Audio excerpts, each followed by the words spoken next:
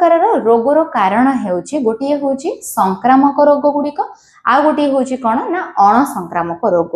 तेबे पिला माने संक्रामक रोग ठारू अण संक्रामक रोग संपूर्ण भाव में भिन्न। ता भीतर मध्य अनेक छोट बड़ रोग रही तो से सब को पढ़ा और जाना वर्तमान यार कारण कौन। संक्रामक रोग पिला माने साधारणतः संक्रामक रोगर कारण तुम मानक जेपरि कहली भिन्न। यार मूल कारण हेउची अणुजीव गुड़िक जेतिकी भी तुम माने जानिच अणुजीव मानकु एमाने हेउचंती ए जो संक्रामक रोगर कारक गुड़िक बा एमानक ठारू ही एही सब प्रकार रोग जनक ठारू अन्य जनकु साधारणतः भाव में व्यापी थाए। तो ये होची संक्रामक रोग।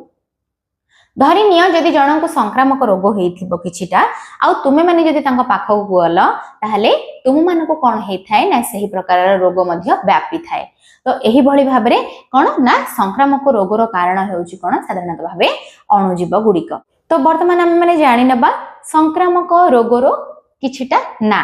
तो जो गुड़िक कि होउची जख्मा जादू काछुकुंडिया जदि जन को यही सब प्रकार रोग होइछि तुमे माने जदि तांका पाख आखरे मध्य रहिल सेही अणुजीव माने कोन करंती ना तुम मानक मध्य एही रोग द्वारा आक्रांत करथांती बा एगुडी को होछि संक्रामक रोग।